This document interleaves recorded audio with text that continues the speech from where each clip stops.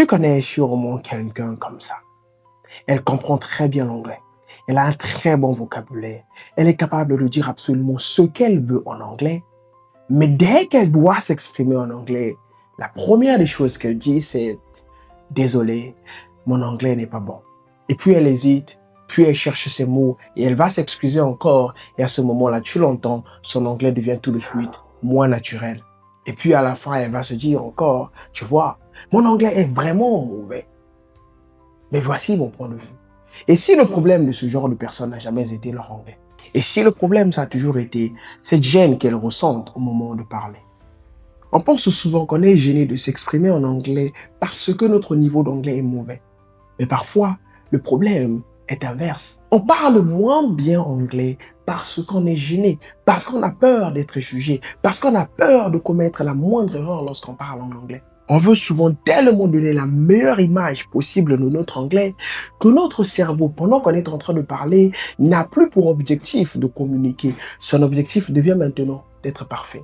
Du coup, il va chercher à contrôler la moindre parole que je dois prononcer. Il doit chercher à vérifier si l'expression est correcte, si tout est parfaitement fait. Et malheureusement, c'est là que notre cerveau tombe dans un piège. Parce que plutôt que de communiquer tout simplement comme n'importe quel être humain, c'est-à-dire aussi embrasser les erreurs, les lapsus et les mauvaises prononciations, notre cerveau se comporte maintenant comme le cerveau d'un être divin qui doit à tout prix être parfait.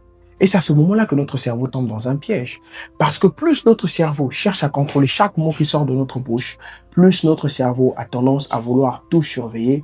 Et plus notre cerveau cherche à tout surveiller, moins notre anglais semble et sonne naturel. Et c'est comme ça que la gêne va nous faire croire que notre anglais est pire qu'il ne l'est vraiment. Parce que depuis le début, ton niveau d'anglais n'a pas changé. Ce qui a changé, c'est ton état intérieur. Parce que quand tu es dans cet état-là, tu n'es plus simplement en train de parler, tu es aussi en train de te regarder parler. Et c'est souvent seulement ce petit détail-là qui t'empêche de parler anglais. Alors la prochaine fois, quand te vient cette pensée de « mon anglais est mauvais », avant de le déclarer haut et fort, pose un instant et pose-toi d'abord la question. Est-ce que c'est mon anglais qui est vraiment le problème ou bien est-ce que je suis trop gêné pour le laisser sortir? Parce que bien souvent, ce qui te limite, ce n'est pas ton niveau d'anglais. Ce qui te limite, c'est ta peur de montrer ton anglais aux autres.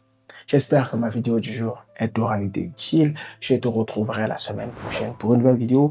D'ici là, assure-toi de t'abonner et regarde tout plein d'autres vidéos dans lesquelles j'essaie tant bien que mal de t'expliquer comment est-ce que ton cerveau fonctionne lorsque tu es en train d'apprendre l'anglais afin que, en regardant ces vidéos, tu esquives et tu évites les moindres petits pièges qui peuvent te perdre du temps afin d'atteindre ton objectif le plus rapidement possible et ce, que tu apprennes l'anglais dans un pays étranger ou que tu l'apprennes depuis ton pays francophone sans aucune aide extérieure. Je te retrouverai la semaine prochaine pour une nouvelle vidéo. Prends bien soin de toi.